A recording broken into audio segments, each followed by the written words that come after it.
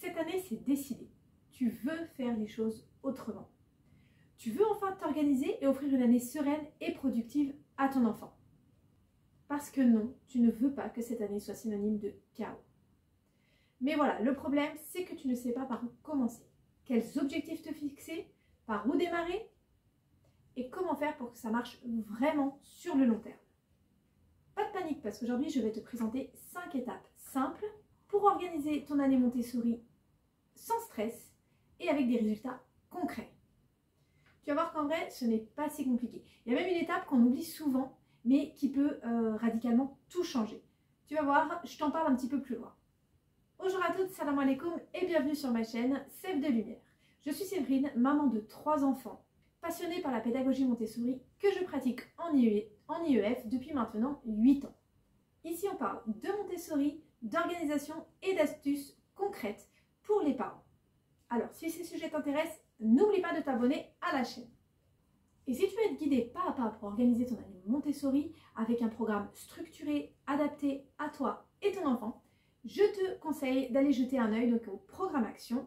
Je ne t'en dis pas plus pour l'instant. Si tu regardes cette vidéo la semaine de sa sortie, une petite surprise t'attend. Je te laisse aller cliquer sur le lien en description. Alors, c'est parti pour ces 5 étapes pour organiser donc son année Montessori sereinement.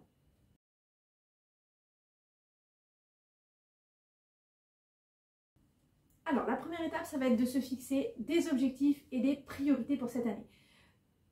Pour chaque enfant, vous allez vous fixer, on va dire, entre 4 et 5 gros objectifs. Ça peut être des objectifs en termes d'apprentissage, par exemple l'apprentissage de la lecture ou l'apprentissage de l'écriture, des chiffres, etc. Ça peut être aussi des objectifs en termes de thèmes, de thématiques de découverte du monde, en fonction des intérêts de vos enfants, bref. Ou vous pouvez aussi vous prendre un gros objectif par matière pour les enfants qui sont plus grands. Donc vous allez vous fixer entre 3 et 5 objectifs pour l'année. Alors pour vous fixer ces objectifs, quelque chose de très très important à prendre en compte, ça va être les périodes sensibles que traversent vos enfants, notamment les plus petits. S'ils sont en période sensible de la lecture, au contraire des mathématiques, on ne va pas fixer les mêmes objectifs, on ne va pas se fier ici à l'âge, mais vraiment à ce que vous observez chez vos enfants. Vous allez aussi vous fixer des objectifs, comme je vous disais tout à l'heure, sur la découverte du monde, ça va être en fonction de ses intérêts. On ne va pas proposer un thème sur l'espace à des enfants que ça n'intéresse pas du tout. Si par contre il est passionné par les animaux, on va plutôt se diriger dans ce sens-là. Donc voilà, on va vraiment adapter ces objectifs aux enfants vos enfants que vous avez en face de vous.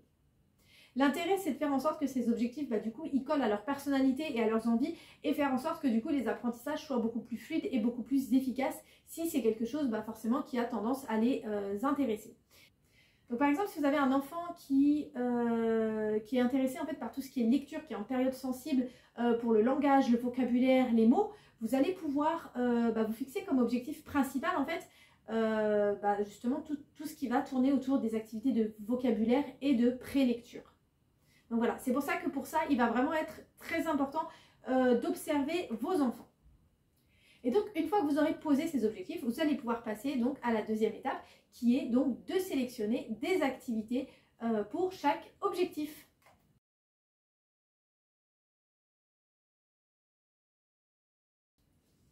Donc, pour chaque objectif, l'idée, ça va être de sélectionner plusieurs activités Montessori de sorte à avoir une progression claire, logique et progressive, logiquement. Donc, pour reprendre notre exemple des activités de langage, donc dans un premier temps, donc là on parle d'un enfant assez jeune qui est attiré donc par tout ce qui est lecture, livre, vocabulaire, etc. Donc les activités de vocabulaire qu'on va pouvoir lui proposer, ça va être tout simplement la lecture de livres, mais voilà, par exemple de se fixer clairement, de choisir un album par semaine à étudier un peu plus en profondeur que des lectures gratuites, bien sûr. Tous les soirs, la lecture offerte, de lire vraiment un maximum de livres, de lui apporter aussi du vocabulaire à travers, par exemple, le matériel de la ferme, que ça soit au niveau du nom des animaux, mais aussi en termes de représentation dans l'espace, dessus, dessous, etc. En fait, l'enfant, dans cette période-là, il cherche à spécifier aussi son vocabulaire. Vous pouvez utiliser des images classifiées, vous pouvez utiliser des imagiers aussi, il y en a beaucoup dans les bibliothèques, profitez-en. Les enfants, en général, ils en raffolent pour justement augmenter leur taf de mots.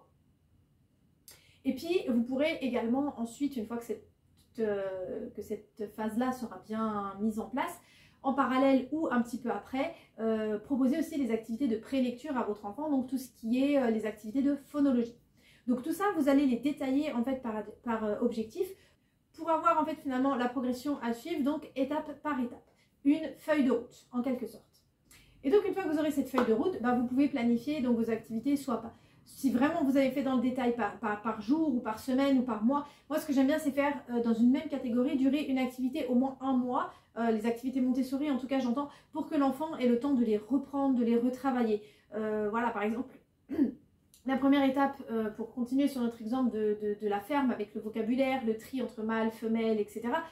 Voilà, je lui laisse un certain temps à sa disposition avant de lui montrer l'étape 2 et de lui apporter les mots de vocabulaire pour que lui aussi il ait le temps de se familiariser donc avec tous ces éléments-là. Mais du coup c'est valable pour tout le matériel Montessori. En général, j'avance en fait dans chaque domaine une fois par mois avec mes enfants. Mais je vous rassure, dit comme ça fait pas beaucoup. Mais je vous assure que quand on met tout bout à bout, ça fait déjà pas mal de choses. Donc un petit conseil aussi, quand vous planifiez vos activités, ne vous surchargez pas. Mieux vaut peu mais fait que trop et que finalement soit c'est survolé, soit c'est pas fait, parce que du coup après tout le monde se frustre. Le but de planifier, c'est pas de planifier à la fin de l'année, même vous avez vos grands objectifs sur l'année, mais la planification un petit peu plus concrète des activités à présenter, moi je vous conseille de faire que sur quelques semaines, 2 mois maximum qui viennent, pour justement éviter de prendre un écart, qui est un retard et un écart trop important entre donc le planning, en fait les objectifs de base, ce qu'on a planifié, et la réalité, parce que on sait que les aléas de la vie de maman, surtout en Montessori, quand on suit les intérêts des enfants, des fois on vient à adapter finalement et à changer un petit peu ce qu'on avait prévu. Donc voilà, ne vous surchargez pas pour ne pas vous décourager en fait finalement en cours de route. Et donc si vous ne savez pas trop, alors quelles activités proposer justement à vos enfants en fonction de ces grands objectifs que vous êtes fixés, sachez que vous pouvez télécharger donc la progression 3-6 ans gratuitement sur mon site. Je vous mets le lien en bas dans la description. Mais du coup, ça vous aidera du coup à diviser un petit peu vos objectifs en sous-étapes et en activités Montessori à proposer.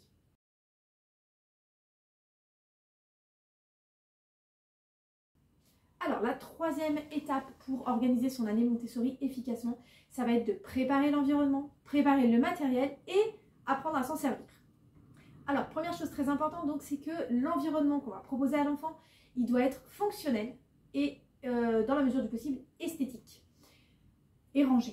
Voilà, on va proposer donc des étagères à hauteur d'enfant pour que l'enfant puisse être autonome, qu'il puisse venir se servir lui-même, mais aussi ça va lui permettre de voir du matériel. Hein, si vous n'avez pas un grand espace, c'est pas grave, une étagère peut suffire. Et même voir des fois, c'est plus efficace quand on met quand on met en place une routine, un roulement des activités, c'est parfois plus efficace que de laisser les mêmes activités dans un grand espace pendant 500 ans, parce que je peux vous assurer que ça prend la poussière, alors que le fait de renouveler régulièrement les activités, notamment de vie pratique, les enfants, ça va renouveler leur intérêt aussi. Donc, d'où l'importance d'avoir les activités sous les yeux, à portée de main, pour que l'enfant puisse finalement s'intéresser spontanément au matériel et venir donc choisir lui-même ce qu'il veut. Évitez aussi un environnement trop surchargé, que ce soit sur les étagères mais aussi au mur, trop d'affichage, trop de choses en fait qui vont venir disperser l'attention de votre enfant. C'est important vraiment qu'il puisse être dans un environnement où il puisse se focaliser sur ce qu'il fait. Et donc pensez aussi à un espace suffisamment éclairé pour favoriser le travail, et aussi à laisser suffisamment de place, que ce soit au sol, ou proposer des petites tables basses, notamment pour les petits, puis des bureaux pour les plus grands, pour que les enfants puissent s'installer et être à l'aise de s'installer soit à table, soit au sol, sur un tapis par exemple. Et donc petite astuce qui, comme je vous disais en début de vidéo, est très souvent oubliée et négligée, on y pense en fait très souvent même pas, c'est de vous-même, de vous entraîner avec le matériel en amont avant de poser sur une étagère et de le proposer à votre enfant. Parce que je vous assure qu'il n'y a rien de plus frustrant qu'un enfant qui a envie qu'on lui montre une activité et une maman qui en face se dit bah attends, je sais pas, je vais regarder sur internet comment ça fonctionne et une fois que j'aurai regardé, je te dirai. L'enfant, vous l'avez perdu. Il va être dégoûté et il va peut-être plus jamais venir sur cette activité. Vous allez regarder votre petite vidéo sur internet, faire votre petite recherche, et quand vous allez revenir le voir, bien souvent l'enfant il n'en a plus envie en fait. Donc c'est important que quand vous déposez un matériel sur l'étagère, vous savez vous en servir en amont. Voire même vous vous êtes entraîné avec.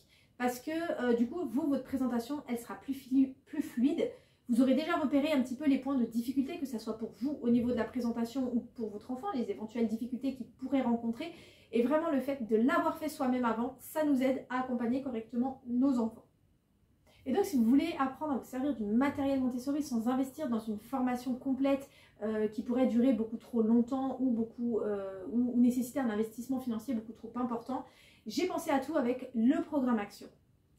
Dans ce programme, je vous ai préparé des plannings hebdomadaires avec des activités pour toute l'année scolaire et pour chaque activité, des vidéos explicatives qui vous expliqueront le but de l'activité et comment se servir du matériel, histoire que vous n'ayez pas à faire des recherches pendant des heures ou suivre toute une formation pour finalement revenir à l'activité là que vous avez vue au début et que vous avez déjà oublié. Là, dans le programme Action, tout est clair, tout est programmé déjà. Vous n'avez qu'à regarder les présentations à venir, donc de la semaine, pour pouvoir du coup être au top rapidement avec votre enfant.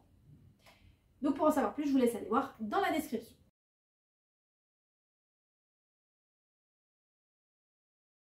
Donc la quatrième étape donc, pour une année Montessori donc optimisée, on va dire, ça va être de créer une routine qui soit réaliste et flexible. Bien souvent, nous les mamans, on a tendance à vouloir faire plein de choses, on est pleine d'enthousiasme, mais la réalité nous rattrape vite et du coup, on a souvent tendance à surprogrammer tout ce qu'on veut faire avec nos enfants.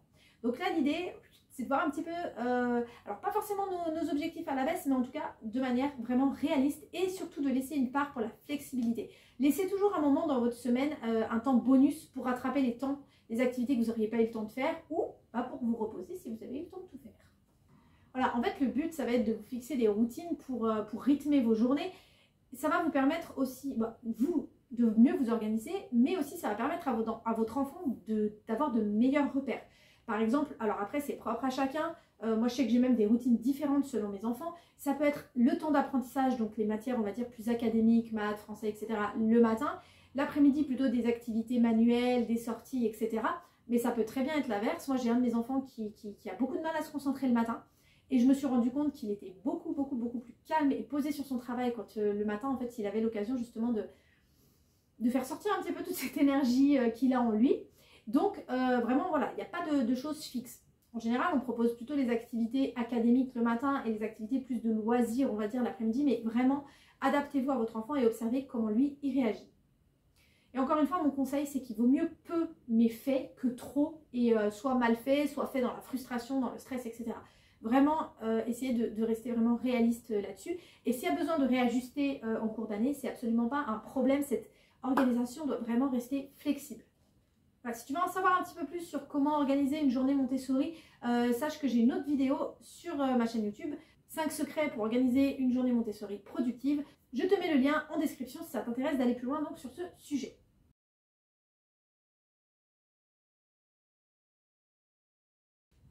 Et donc cinquième et dernière étape, une étape très importante qu'on a aussi tendance à zapper, c'est de faire en fait d'analyser un petit peu tout ce qu'on a mis en place, de faire le suivi à la fois des progrès mais aussi de notre organisation de ce qu'on a mis en place et donc d'ajuster si besoin. On en a déjà un petit peu parlé, mais voilà, c'est vraiment très important de ne pas être rigide et de ne pas hésiter à revoir les choses, à remettre en question les choses et à ajuster si besoin. Et puis pour se fixer aussi de nouveaux objectifs, si on voit que notre enfant, il y a un domaine du coup qu'il investit un peu moins parce que ça ne l'intéresse plus, mais par contre qu'il y a un autre domaine et une autre période sensible qui a émergé, si au contraire il allait beaucoup plus vite dans un domaine que ce qu'on aurait prévu, c'est pour ça que je vous disais fixez-vous des objectifs globaux sur l'année, mais après n'allez pas planifier plus vite que la musique, comme on dit. Planifiez vraiment vos activités à venir sur les 2 prochains mois maximum pour éviter d'avoir à tout refaire tout le temps parce que ça peut vraiment être décourageant. Et donc là, le mot d'ordre, c'est vraiment, comme je vous disais pour fixer les objectifs, c'est l'observation. Donc l'observation pour déjà valider ce qui est acquis ou pas, parce qu'attention, il y a des enfants qui ne vont pas forcément reprendre ou faire les activités que vous allez leur proposer, mais qui auront acquis les compétences autrement. Donc vraiment, l'observation, ça va être très très important. Et l'observation aussi, bien évidemment, des centres d'intérêt, etc., comme on vient de le dire. Après, pour le suivi des progrès, des apprentissages des enfants, moi je vous conseille d'utiliser un livret de suivi. Pareil, j'ai fait une vidéo où je vous présente 5 de mes outils de suivi que j'utilise, donc je vous mettrai aussi le lien dans la description. Mais du coup, ça vous permet vraiment d'avoir cette structure-là que permet la pédagogie Montessori, en dehors du matériel et tout ça, La progression est vraiment, vraiment bien pensée, hein. C'est une méthode scientifique, donc étape par étape. Donc vraiment, même si vous n'utilisez pas le matériel, vous pouvez tout à fait suivre en tout cas dans les objectifs cette progression. Donc ça va vraiment vous aider à structurer et puis vraiment savoir où en est votre enfant. Parce que des fois, on a aussi un peu tendance à proposer des activités aux enfants sans forcément faire de suivi derrière. Donc au final, on ne sait plus trop où on en est. Donc voilà, cette vidéo touche à sa fin. Donc pour résumer nos 5 étapes pour organiser donc son année Montessori de manière sereine et productive. Donc première étape, on fixe des objectifs globaux sur l'année. Ensuite, on va reprendre les objectifs et planifier donc des activités pour le mois, voire les 2 mois à venir. On va dire une période scolaire pour simplifier. Ensuite, en fonction des activités qu'on aura sélectionnées, on va préparer l'environnement, on va préparer le matériel et on n'oublie pas de s'entraîner avec le matériel avant de le proposer aux enfants. Ensuite, on établit une routine réaliste et flexible. Et enfin, on fait le bilan un petit peu de tout ça, on suit les progrès et on ajuste si besoin. Et donc, si vous avez besoin d'aide dans cette démarche-là pour vous lancer dans Montessori et programmer votre année, n'hésitez pas donc à aller jeter un œil à mon programme Action, donc qui vous guidera pas à pas tout au long de l'année.